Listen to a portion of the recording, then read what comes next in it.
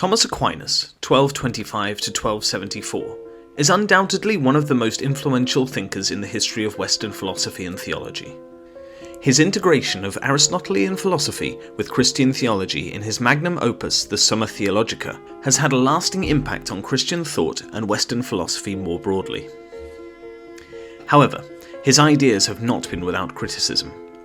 Below we will delve into some of the principal critiques of Aquinas' philosophical and theological views. Number 1. Critiques of the Five Ways. Aquinas' five ways, his arguments for the existence of God, have been widely debated and criticised.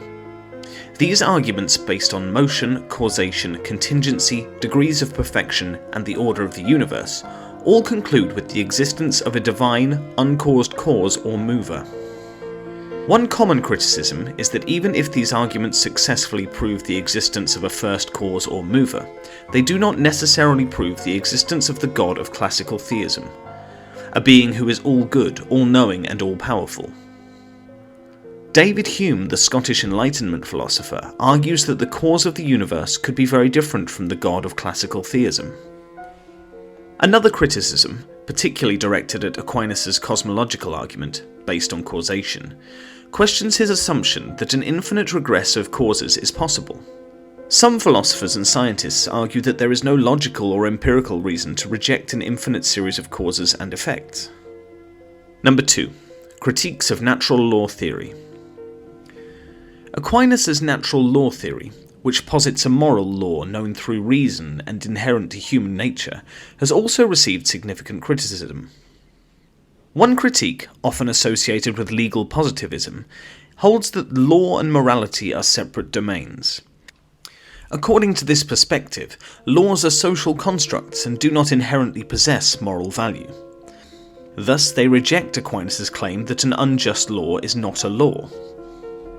Additionally, the natural law theory's reliance on a specific understanding of human nature opens it up to criticism. It assumes a fixed human nature which undergirds moral laws that are universal and unchanging.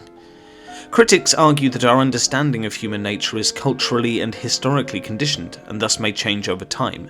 Therefore, it is not a reliable basis for determining moral law. Number 3. Critiques of the integration of philosophy and theology. Aquinas' project of integrating Aristotelian philosophy with Christian theology, sometimes called scholasticism, has faced criticism on several fronts. Some Christian thinkers argue that Aquinas grants too much authority to human reason in matters of faith, thus diluting the transcendence and mystery of God. On the other side, some secular philosophers object to the incorporation of theological assumptions into philosophical augmentation. They argue that philosophical claims should be justified by reason and evidence, not religious doctrine. Number 4.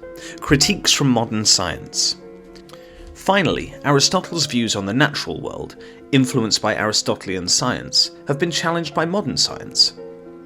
Aquinas' cosmology, his understanding of life forms, and his belief in a hierarchical universe have all been rendered obsolete by contemporary physics, biology, and astronomy. For example, Aquinas' argument from design, which sees the order and purpose in the universe as proof of a divine designer, has been critiqued in light of Darwin's theory of evolution. Natural selection provides an alternative explanation for the complexity and functionality of biological organisms, without recourse to a designer. Conclusion. While Aquinas' thought continues to have a significant influence, the critiques outlined above demonstrate that his ideas are not without their challenges. Engaging with these criticisms allows for a deeper understanding of Aquinas' thought and its place within broader historical and intellectual context. It's important to remember that, like all thinkers, Aquinas was a product of his time, and his work reflects the scientific and philosophical understanding of the world available during the Middle Ages. Despite these critiques, Aquinas' work remains a cornerstone of Western philosophical and theological thought. His emphasis on rational inquiry into philosophical and theological questions, his systematic approach to ethics and law, and his effort to reconcile faith with reason have left an indelible mark on subsequent thinkers. However, the criticisms directed at his ideas underscore the dynamic nature of philosophical inquiry, where no idea is beyond question and revision. Indeed, this is the essence of philosophical discourse. Ideas are proposed, challenged, refined, and sometimes discarded. The lasting influence of Aquinas is not merely in the specific ideas he proposed, but in the spirit of rigorous systematic inquiry he brought to bear on them. Even those who critique his ideas are, in a sense, carrying on this intellectual legacy. The criticisms of Aquinas' work have spurred further philosophical and theological exploration, leading to new ideas and perspectives.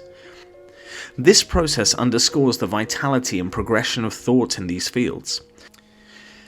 Therefore, understanding the critiques of Aquinas not only helps us grasp the limitations and challenges of his work, but also illuminates the ongoing dialogue and development within philosophy and theology.